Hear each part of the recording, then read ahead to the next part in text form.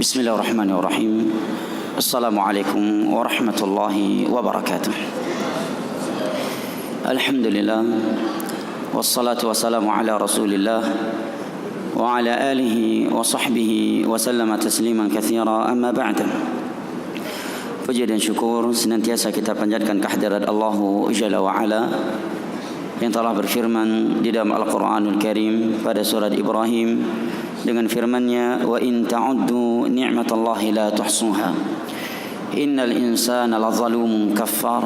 Dan kalaulah kalian ingin menghitung-hitung akan nikmat Allah atas kalian, la tuhsuha, niscaya kalian tidak akan mampu menghitungnya. Innal insana lazalumun kaffar, sesungguhnya manusia itu pelaku kezaliman dan kekufuran. Alhamdulillah, dengan berkat nikmat kesehatan dan kesempatan setelah hidayah taufik dari Allah Jalla wa Ala, sehingga pada malam yang berbahagia ini kita dapat bertemu dan berkumpul kembali di rumah Allah Jalla wa Ala yang mulia ini dalam rangka mengkaji tafsir Al-Quranil Azim karya Al-Imam Ibnu Katsir rahimahullahu taala. Maka kita memohon kepada Allah agar Allah kembali mempertemukan dan mengumpulkan kita di dalam syurga firdausnya di hari kiamat kala. Allahumma amin. Salawat beserta salam senantiasa kita sanjung sajikan kepada Nabi besar kita, keluarga dan segenap sahabat-sahabat beliau ridwanullahi alaihim ajma'in. Jamaah yang saya cintai dan hormati, rahimani wa rahimakumullah wa barakallahu fikum.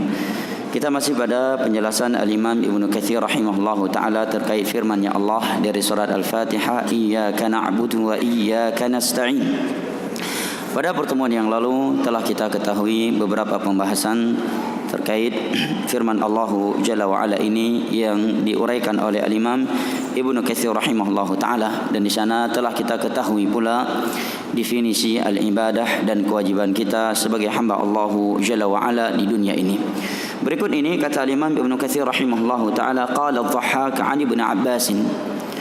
Berkata Dhahhak dari Ibnu Abbas. Dhahhak adalah salah satu ulama tabi'in, ya. Abdullah bin Abbas merupakan sepupunya Rasulullah sallallahu alaihi wasallam. Ayahanda Nabi sallallahu alaihi wasallam merupakan saudara kandungnya Abbas.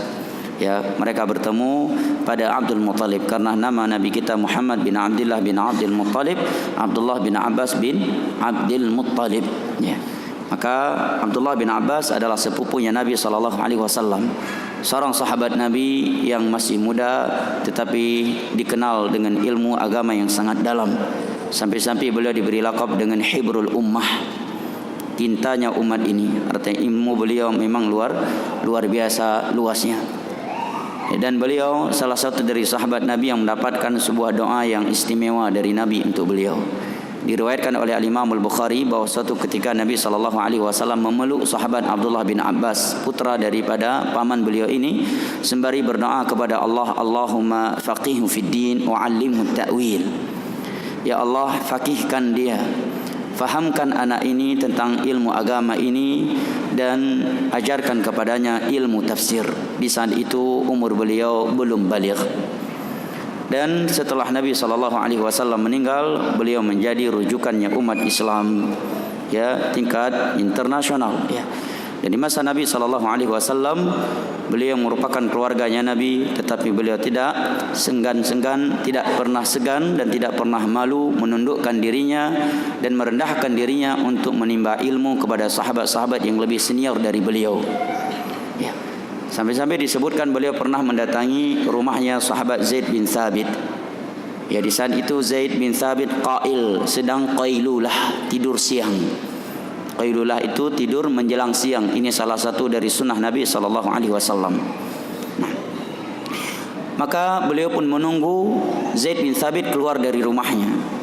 Begitu Zaid bin Thabit keluar dari rumahnya, melihat putra daripada pamannya Nabi sallallahu alaihi wasallam ini dalam keadaan, ya, tertidur di depan rumahnya dan pakaiannya berdebu. Maka Zaid bin Thabit menyatakan, halla arsalta ilaina fanatik. Wahai Abdullah bin Abbas, kenapa tidak engkau utus saja seseorang kepada kami, kemudian kami yang akan mendatangi engkau?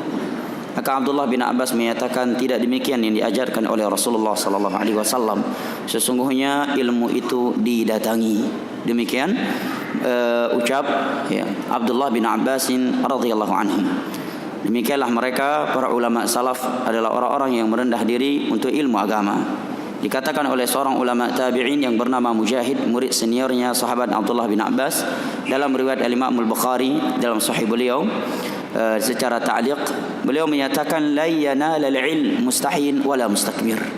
Ilmu agama itu tidak akan diberikan, tidak akan diperoleh oleh dua jenis manusia. Yang pertama mustahin, malu-malu, orang yang malu-malu. Dan yang kedua adalah orang yang sombong. Ini dua jenis manusia yang tidak akan pernah mendapatkan ilmu agama. Dan Imam Malik rahimahullahu ta'ala, guru besarnya Imam Syafi'i, menyatakan al-ilmu yu'ta wa la ya'ti. Ilmu agama itu didatangi, jangan ditunggu datang. Demikian sahabat Abdullah bin Abbas, ya. Beliau salah satu dari 4 sahabat Nabi yang bernama Abdullah. Keempat-empatnya bernama Abdullah, yang masih muda tetapi sudah menjadi rujukan umat Islam di saat itu, yang diistilahkan dalam ilmu mustalah hadis dengan al-abadilah al-arba'ah. 4 orang yang bernama Abdullah, keempat-empatnya bernama Abdullah, di umur yang hampir sama, setara. Di umur yang masih muda mereka sudah menjadi rujukan umat Islam. Yang pertama ini Abdullah bin Abbas, yang kedua Abdullah ibn Zubair ibn al-Awwam, yang ketiga Abdullah ibn Amr ibn al-As, yang keempat Abdullah bin Umar ibn al-Khattab radhiyallahu anhum. Ya, adapun Abdullah bin Mas'ud termasuk ulama kibar, ya, ulama seniornya sahabat yang sudah tua. Tapi yang dimaksud dengan 4 Abdullah adalah yang umurnya hampir sama, masih muda. Mereka semua yang masih muda, keempat-empatnya bernama Abdullah, tetapi sudah menjadi sumber fatwa kaum muslimin, ya, di masa itu. Abdullah bin Abbas, ya, bin Abdul Muttalib, Abdullah bin Amr bin As, Abdullah bin Zubair ibn al-Awwam, Abdullah bin Umar ibn Khattab radhiyallahu anhum. Nah, beliau menyatakan tentang firman Allah, iyyaka na'budu, artinya adalah yakni iyyaka nuwahhidu wa nakhafu wa narju ya rabbana la ghairak wa iyyaka nasta'in ala ta'atika wa ala umurina kulliha. Maksud dari firman Allah iyyaka na'budu adalah iyyaka nuwahhidu, hanya engkaulah yang kami esakan. Allah Jalla wa Ala adalah zat yang Maha Esa yang harus kita esakan dalam 3 perkara. Ya. Yang pertama dalam perkara ar-rububiyah, yang kedua dalam perkara al-uluhiyah, dan yang ketiga dalam perkara al-asma was sifat. Maka Allah Subhanahu wa taala adalah zat yang Maha Esa di dalam rububiyah, dalam mengatur alam semesta ini. Tidak ada sekutu bagi Allah dalam mengatur dan mencipta alam semesta ini. Inilah yang terkandung pada firman Allah, alhamdulillahi rabbil alamin. Dan Allah Jalla wa'ala Maha Esa dalam uluhiyah, dalam ibadah. Maka tidak boleh satupun ibadah kita palingkan kepada selain Allah. Dan Allah telah mengancam orang-orang yang memalingkan ibadah kepada selainnya dalam banyak ayat Al-Quranul Karim. Di antaranya di dalam surat Al-Ma'idah, Allah berfirman, innahu man yusyrik billahi faqad harramallahu alaihi al-jannata wa ma'wahu an-nar wa ma lidh-dhalimin min ansar. Sesungguhnya barang siapa yang menyekutukan Allah, maka Allah haramkan baginya syurga, dan tempatnya adalah neraka, dan tidak ada penolong bagi orang-orang yang berbuat kezaliman. Dan tauhid yang kedua ini, yakni mengesakan Allah dalam perkara ibadah, ini Allah sebutkan pada firman-Nya, iyyaka na'budu, hanya kepada engkaulah kami beribadah. Maka memalingkan salah satu dari ibadah kepada selain Allah Jalla wa'ala, maka kita telah menyekutukan Allah dalam perkara al-uluhiyah. Yang ketiga adalah al-asma was sifat. Kita harus mengesakan Allah dalam nama-nama dan sifat-sifatnya. Kita harus meyakini bahwa setiap nama Allah dan setiap sifatnya itu Maha Esa, sesuai dengan keagungannya Allah Jalla wa'ala, yang tidak menyerupai daripada nama atau sifat makhluk, sesuai dengan keagungannya sebagai Al-Khaliq, tidak menyerupai sifat makhluk atau nama makhluk, dan tidak dapat diperbagaimanakan, tidak boleh diselewengkan dari mana yang tersurat kepada makna lainnya, dan tidak boleh ditolak. Maka Allah Jalla wa'ala harus diesakan dalam hal ini. Allah menyebutkan dirinya Ar-Rahman Ar-Rahim, walillahil asmaul husna fad'uuhu biha. Nah, Maka menyekutukan Allah Jalla wa'ala dalam 3 hal tersebut ini merupakan bentuk kesyirikan dan dapat membatalkan Islamnya seseorang. Allah berfirman di dalam surat Az-Zumar, "Walaqad uhiya ilaika wa ilal ladzina min qablika la in asyrakta la yahbatanna 'amaluka wa la takunanna minal khasirin." Sungguh telah diwahyukan kepada engkau dan kepada seluruh nabi-nabi sebelummu, jika engkau melakukan kesyirikan maka akan terhapus, akan hangus seluruh amalanmu dan engkau akan menjadi orang-orang yang merugi.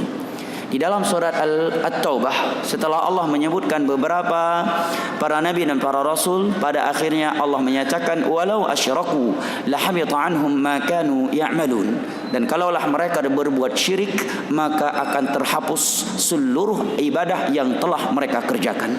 Dan kita tahu mereka para nabi adalah orang-orang yang paling ikhlas ibadahnya, paling sempurna ibadahnya. Tetapi Allah ancam sekali saja berbuat syirik akan menghanguskan dan menghapuskan seluruh ibadah yang pernah dikerjakan seumur hidup.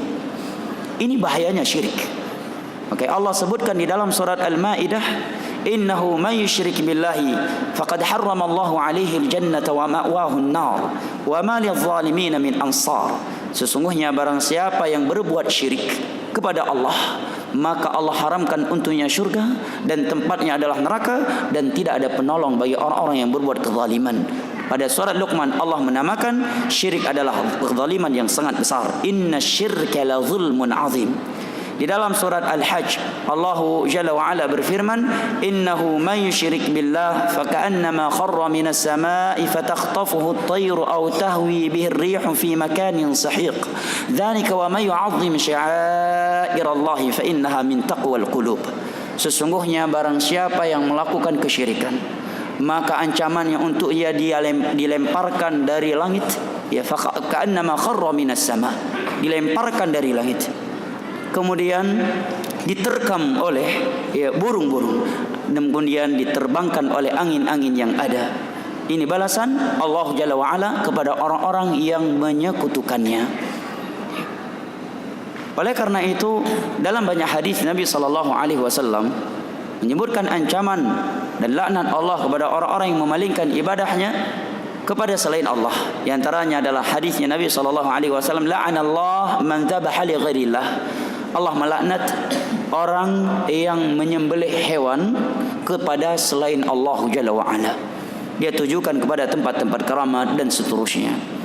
Nah, ya, maka Allah Jalla wa'ala ya di dalam banyak ayat-ayat Al-Quranul Karim ya memerintahkan kita untuk mengesakannya dan melarang kita serta menyebutkan ancaman yang sangat keras terhadap orang-orang yang telah berbuat syirik kepadanya. Nah, kata sahabat Abdullah bin Abbas, iyyaka na'budu artinya adalah iyyaka nuwahhidu. Hanya kepada engkaulah kami mengesakan.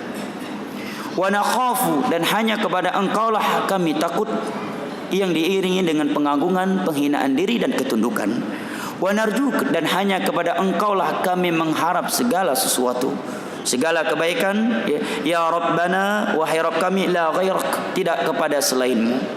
Adapun iyyaka nasta'in, hanya kepada engkaulah kami memohon pertolongan. Kata Abdullah bin Abbas, ala ta'atika wa ala umurina kulliha.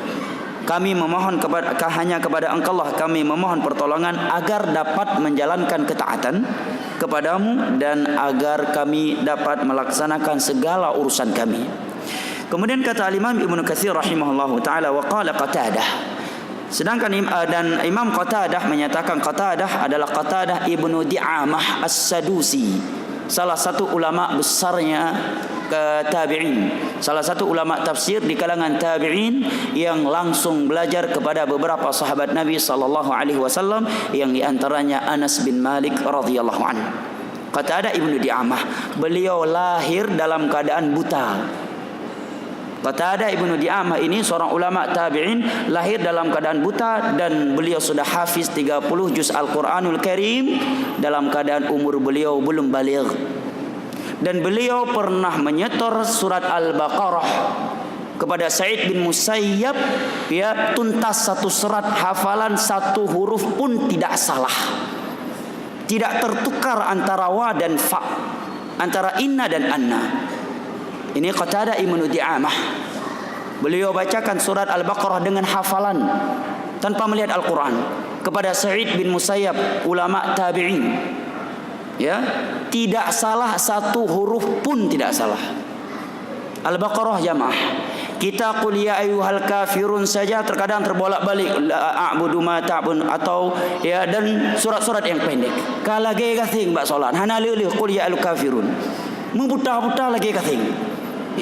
Qatadah Ibnu Di'amah umurnya belum balik hafal 30 juz Al-Quran. Mutqin.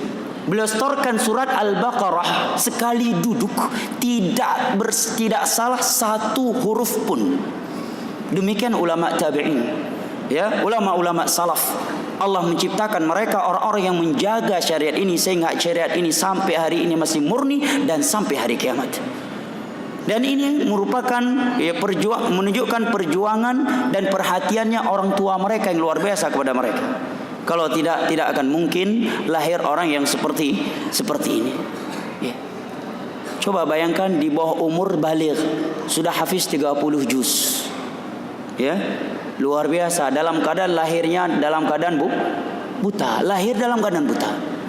Dan memang rata-rata kita lihat orang-orang yang buta, kalau dia benar-benar ingin menghafal, rata-rata mereka lebih kuat hafalannya. Saya melihat di Yaman beberapa teman yang hafiz Al-Quran 30 juz, hafiz Sahih Bukhari sekian ribu hadis, itu banyak dari orang-orang yang buta. Bagaimana cara menghafal mereka? Ditalkin oleh gurunya. Ya, satu hari ditalkin beberapa ayat. Ya, ada di antara mereka nggak punya guru, mereka ambil tip, rekaman, putar kaset. Hari ini dia dengar 2-3 ayat, dia ikuti lagi, dia ikuti, dia ulangi berkali-kali. Ya, sudah hafal, besoknya lanjut kepada ayat berikutnya. Ya. Tidak ada istilah ya tidak mampu untuk Al-Quran, karena Allah yang menyatakan walaqad yassarnal Qur'ana lidzikri fahal mim muddakir. Dan sungguh kami telah memudahkan Al-Quran ini untuk zikir, untuk dihafal, untuk dipahami, untuk diamalkan. Hanya saja adakah yang mau mengingatnya? Ya, adakah yang mau mengamalkannya? Adakah yang mau mempelajarinya? Dan yang kita sayangkan sekarang, sebagian besar kaum muslimin tidak lagi punya semangat untuk memiliki anak keturunan yang hafiz Al-Quran. Sebagian besar kaum muslimin ini yang kita lihat. Dan ini kenyataan. Yang mereka pikirkan bagaimana anaknya menguasai bahasa Inggris, bagaimana anaknya menguasai beberapa bahasa ya orang barat. Ya, tidak, jangan dipahami saya melarang dan mencela, tetapi ini renungan. Tetapi dia lupa agar anaknya menghafal sesuatu yang lebih baik, yang itu merupakan sumber kesuksesan dunia akhirat dia, sumber keberkahan hidup dia, sumber penjagaan Allah, pertolongan Allah, cintanya Allah, yaitu menghafal Al-Quranul Karim. Betapa banyak kaum muslimin sekarang untuk ilmu dunia, anaknya dia buat pulang sekolah ada les bahasa Inggris, ada les Mandarin, ada les fisika, ada les matematika, ada les bahasa Indonesia. Tetapi jarang di antara mereka yang memikirkan les Al-Quran, les bahasa Arab. Sudah terbalik. Pada hakikatnya kita bukan melupakan dunia gara-gara akhirat. Pada hakikatnya kita telah melupakan akhirat gara-gara dunia. TK 1 tahun, SD 6 tahun, SMP 3 tahun, ya, SMA 3 tahun, S1 berapa tahun? Beraneka ragam, variasi. Ada yang 4 tahun, ada yang 7 tahun, ada yang 8 tahun, ada yang berujung dengan DO. Iya kan? Tapi untuk ilmu agama, kalau sisa waktu dunia baru diberikan. Berarti ucapan kita menyatakan akhirat harus kita utamakan, tetapi perbuatan kita menunjukkan kita mengutamakan dunia daripada akhirat. Padahal Nabi SAW bersabda, "Man kanatil akhiratu hamma jama'a Allahu syamlah wa ja'ala al-ghina fi qalbihi wa ta'tihi ad-dunya wa hiya raghimah wa man kanatid dunya hamma farraqa Allahu syamlah wa ja'ala al-faqra baina 'aini wa la ya'tihi min ad-dunya illa ma kutiba lah."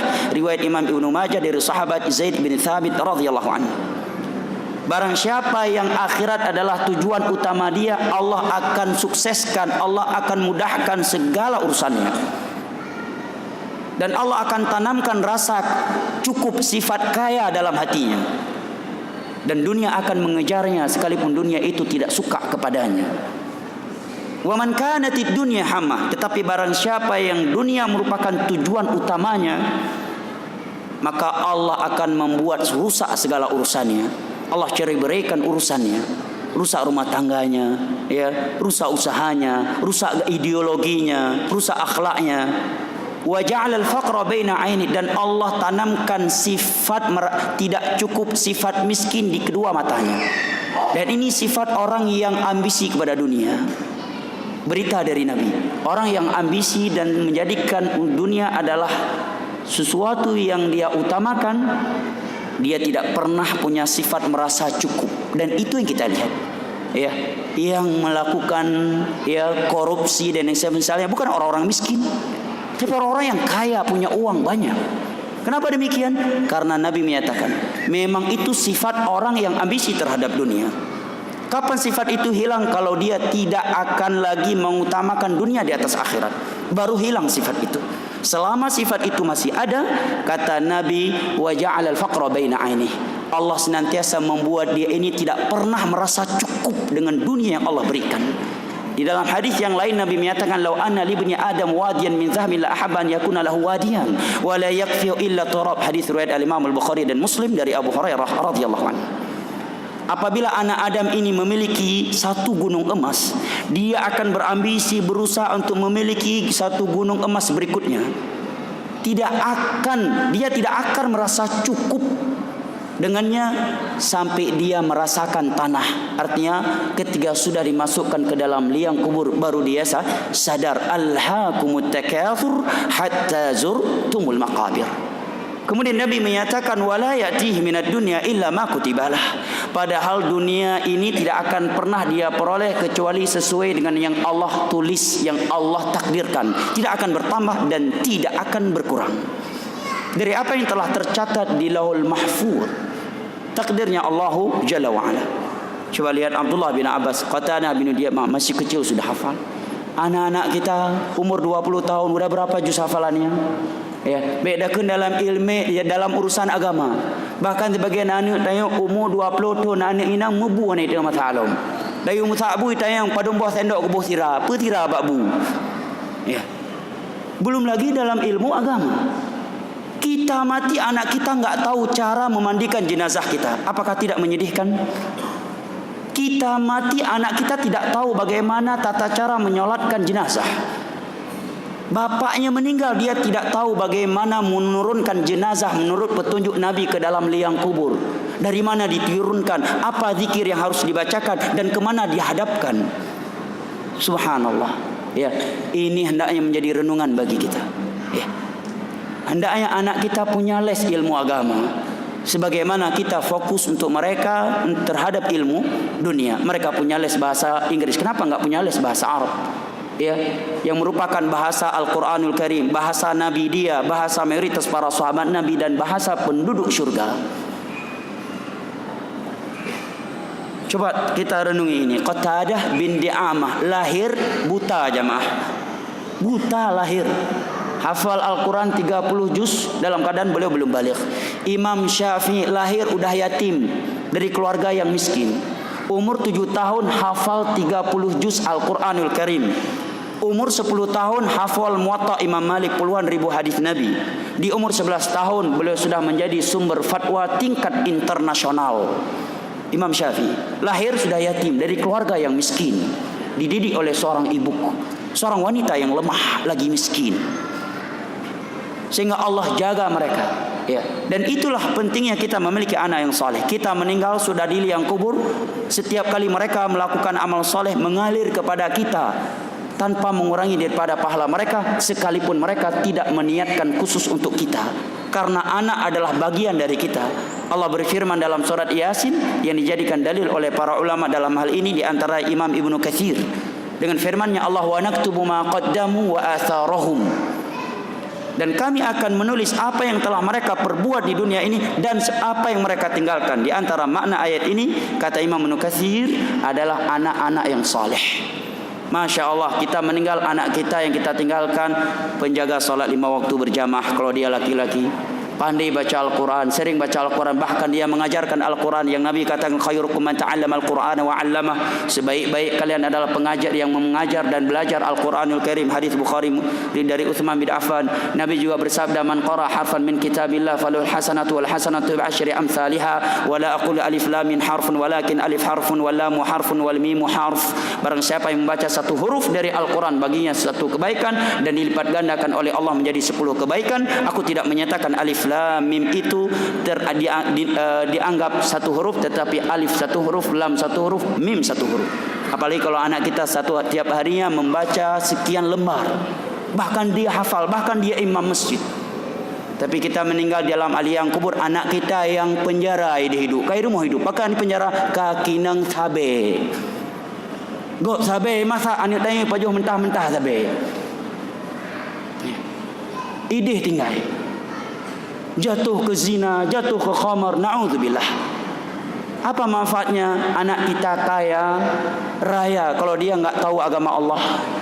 Ya, di dunia aja dia enggak bermanfaat. Ya. Coba perhatikan sebagian orang tua, menyedihkan kondisi mereka dalam keadaan sakaratul maut. Anaknya melanjutkan pendidikan, enggak mau pulang dengan alasan sayang Pak, beasiswa. Dia lebih memilih beasiswa daripada menemani akhir hayat bapaknya yang sedang terbujur sakit di rumah sakit. Dia lebih memilih beasiswanya daripada ikut menyolati jenazah bapaknya yang telah melahirkan dia. Dan ketika bapaknya yang sakit, yang mengurusi dia bukan anak yang kaya raya tadi, anak yang miskin tadi, yang mungkin tidak punya title dalam ilmu dunia, enggak punya title. Begitu orang tua yang meninggal, anaknya yang mungkin dia enggak pernah membanggakan, bahkan merasa malu kalau itu anaknya karena miskin kiri. Rupanya anak itu yang memandikan dia, anak itu yang mensucikan kotoran dia, anak itu yang menyuapkan makanan untuk dia, anak itu yang akan menyolatkan dia, anak itu yang akan memandikan jenazah dia. Ini kalau anak paham agama, ya, dia akan tinggalkan, bahkan dia akan siap menceraikan istrinya kalau harus memilih antara istri dan kedua orang tua. Itu anak yang paham agama. Maka mendidik anak dengan memahami agama ini sangat penting. Dan dari semenjak dini, miu kari anak pun dah mulai, miu anak merpa dia, anak pun dah pegabah. Ya, tak ada dipakat mula. Bahkan ke kawarami tak tejut dah orang tua. Makanya Nabi bersabda, muru auladakum bis-shalah wa hum abna'u 7 sinin. Wadribuhum 'alaiha wa hum abna'u 10. Perintahkan anak kalian untuk salat ketika sudah berumur 7 tahun. Dan pukul mereka kalau enggak salat ketika sudah berumur 10 tahun. Hadis riwayat Imam Tirmizi dari Amr bin Shu'aib an Abi an Jaddihi radhiyallahu anhu. Ini hendaknya menjadi renungan bagi kita. Karena kalau kita melihat kondisi anak kaum muslimin sekarang menyedihkan. Ya, dan yang kita khawatirkan terhadap Islam adalah dari dalamnya. Tatkala anak kaum muslimin tidak lagi memahami Islam yang sesungguhnya, sehingga begitu mudah pemahaman misionaris ya dimasukkan ke dalam Islam kepada kaum muslimin dalam keadaan kita tidak sadar bahawa yang kita yakini salah satu dari pembatal Islam. Imam Umar bin Khattab radhiyallahu anhu menyatakan, yadhhabul Islam urwatan idza wulida fil Islam man lam ya'rif al-jahiliyah. Pilar Islam ini akan hilang satu demi satu tatkala anak-anak kaum muslimin lahir enggak paham bagaimana kebiasaan orang jahiliyah, kesyirikan, kemaksiatan, artinya tidak paham agama. Akan hilang Islam ini. Karena hakikat dari membela Islam bukan sekedar suara yang kita teriak-teriakkan, bukan sekedar atribut atau lambang serta simbol, tetapi hakikat dari membela Islam, penjagaan terhadap Islam tatkala kaum muslimin memahami isi agama mereka dan mereka mengamalkannya serta mendakwahkannya. Maka ini hendaknya menjadi renungan bagi kita. Bagaimana Imam Syafi'i lahir dalam keadaan anak yatim, tidak membuat ibunya seorang wanita yang lemah lagi miskin untuk mendidik beliau. Imam Malik juga demikian, anak yatim. Ya, umur 7 tahun hafal Al-Quran ya jamaah. Anak dia 20 tahun ikra anak lewat. Weh anak mau cekok lom. Weh anak mau cekok. Solat belum benar. Wuduk belum tahu. Bagaimana cara wuduknya Nabi? Sifat solatnya Nabi. Solat tahajud tidak tahu. Subhanallah. Bermanfaat anak yang seperti ini. Apa manfaatnya punya anak title S1, S2, S3 kalau dia enggak dekat sama Allah? enggak pernah menyentuh kitab sucinya Allah, tidak pernah menjaga salat 5 waktu, tidak menjaga salat tahajud, jauh dari Allah, tidak paham ilmu agama. Orang tuanya meninggal, dia telantarkan di rumah sakit, dia cukupkan dengan pembantunya, enggan dia cuci kotoran orang tuanya. Maka mendidik anak, ya, memahami agama Allah ini sangatlah penting. Dan ini renungan buat kita dari biografi Qatanah Ibnu Di'amah ini, ya, karena waktu yang hampir habis. Saya persilakan jika ada hal-hal yang ingin disampaikan, kritikan, masukan ataukah yang lainnya. Nah, di sini ada beberapa pertanyaan. Sebagiannya pertanyaan minggu yang lalu yang belum saya jawab.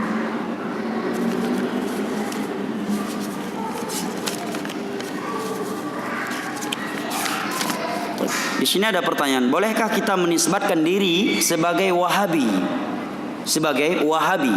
Karena penisbatan tersebut tidak ada dasarnya, tidak sebagaimana menisbatkan diri kepada Ahlus Sunnah, Firqah Najiyah dan yang lain-lainnya. Dari sisi pertanyaan menunjukkan yang bertanya sudah tahu jawabannya, ya kan?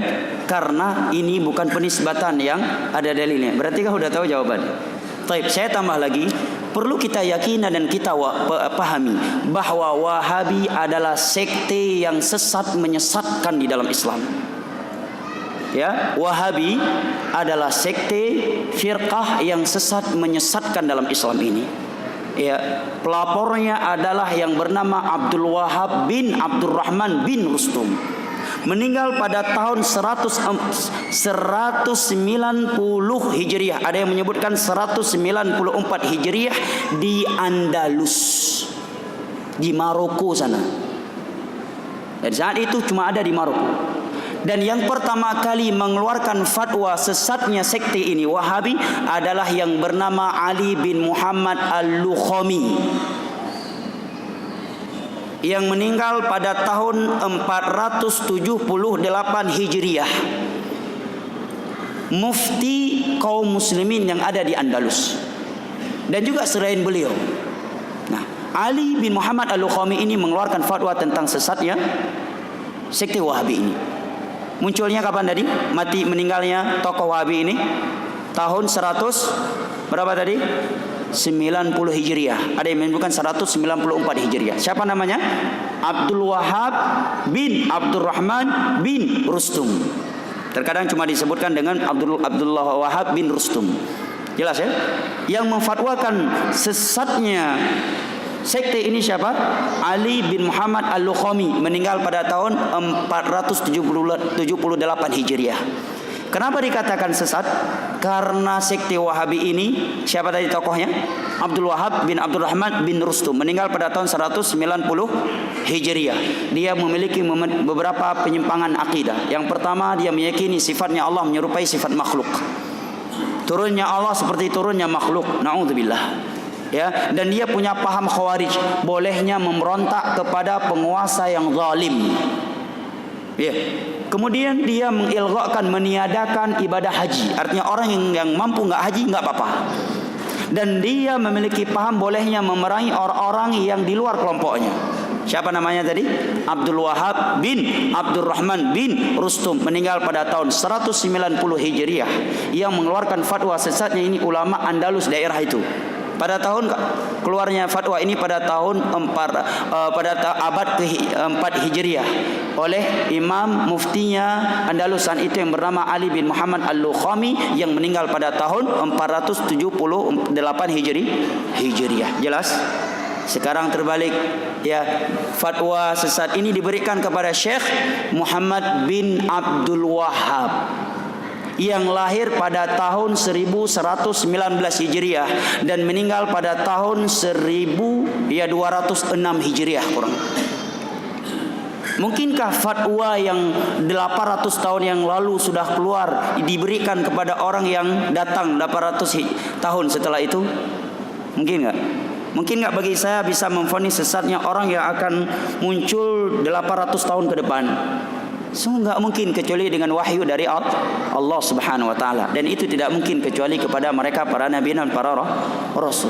Adapun ya, dan ini Wahabi waktu itu hanya ada di Maroko. Oleh karena itu tidak heboh kecuali di Maroko saja. Ya. Jelas ya? Siapa dari tokoh Wahabi? Abdul Wahab bin Abdurrahman bin Rustum. Kenapa disesatkan? Karena punya paham akidah yang menyimpang, meyakini sifatnya Allah menyerupai sifat makhluk, membolehkan pemberontakan kepada penguasa dengan alasan zalim, meniadakan haji, ya, dan memerangi orang-orang yang berada di luar kelompoknya. Yang memfatwakan sesatnya ini siapa? Ali bin Muhammad Al-Lukhami yang meninggal pada tahun 478 Hijriah. Adapun Syekh Muhammad bin Abdul Wahab itu lahirnya pada tahun 1119 Hijriah dan meninggal pada tahun 1206 Hijriah. Sangat jauh antara fatwa dengan lahirnya beliau. Namanya Muhammad, bukan Abdul Wahab. Cuma oleh bangsa Inggris di masa itu yang ingin memporak-porandakan kaum muslimin, yang tidak mau melihat kaum muslimin kuat sebagaimana sebelumnya pada khilafah Utsmaniyah, mereka sebarkan fatwa sesatnya Wahabi diberikan kepada Syekh Abdul Wahab. Pada dari sisi penisbatannya nggak tepat. Kalau memang beliau yang sesat maka dikatakan Muhammadi karena nama beliau Muhammad. Jelas ya? Kemudian untuk menyatakan Syekh Muhammad bin Abdul Wahab sesat ataukah tidak, karangan beliau sebagai bukti. Karena orang yang telah meninggal, ya, yang telah tiada, kita hanya bisa membuktikan benar atau sesatnya dia dengan karangannya. Karangannya banyak, ada Kitabut Tauhid Usul Salasa, ya, Qawaidul Arba', Usulul Sittah, Nawaqidul Islam, pembahasan akidah, ya, dan belum ada yang mampu membuktikan ada kesesatan di dalam kitab itu dengan jujur dan tulus. Ya, dalam kitab Usul Salasa beliau mengajarkan kepada kita ma'rifatullah, ma'rifatun nabi, ma'rifatul dinil Islam. Dalam kitab Usul Sittah beliau mendidik kita untuk menjaga persatuan, melarang kita untuk memberontak kepada penguasa sekalipun dia zalim karena mudaratnya lebih besar dan seterusnya. Ya, jelas ya, ini terkadang dipolitisir. Bahkan lebih parah lagi, jenggot dan celana cingkrang serta cadar ciri khas Wahabi menurut sebagian orang. Kalau demikian, Nabi, para sahabat, tabi'in, tabi'ut tabi'in, 4 imam mazhab yang sepakat tentang cadar dan celana tidak boleh isbal, berarti mereka semua Wahabi. Ya, jelas ya, maka harus ilmiah. Inilah sejarah tentang Wahabi. Nah, wallahu a'lam bishawab, dapat dibaca dalam kitab Tashihul Akhta fi Tarikhil Wahabi. Nah, saya kira sampai di sini, lebih dan kurangnya saya mohon maaf. Wabillahi taufiq wal hidayah. Wa sallallahu ala nabiyyina Muhammad wa ala alihi wa sahbihi wasallam. Wa akhiru da'wana anil hamdulillahi rabbil alamin. Wassalamu alaikum warahmatullahi wabarakatuh.